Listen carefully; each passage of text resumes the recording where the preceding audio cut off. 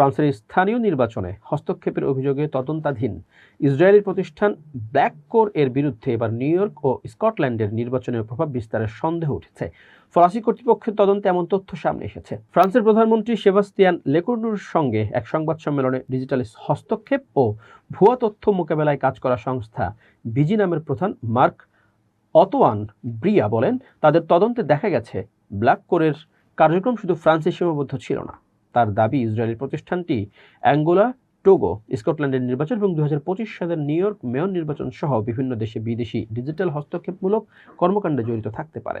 তবে এসব কার্যক্রমের পেছনে কারা অর্থায়ন করেছে তা এখনো নিশ্চিতভাবে শনাক্ত করা সম্ভব হয়নি বলে জানায় ব্রিয়া।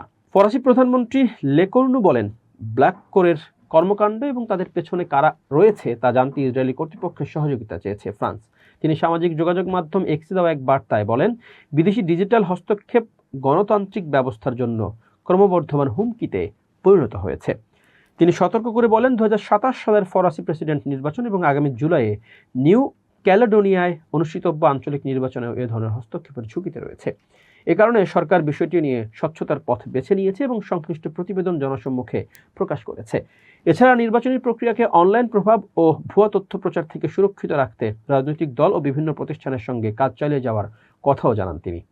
সম্প্রতি ফ্রান্সে ইসরায়েলি সম্ভাব্য নির্বাচনী হস্তক্ষেপের বিষয়টি ব্যাপক আলোচনার জন্ম দিয়েছে।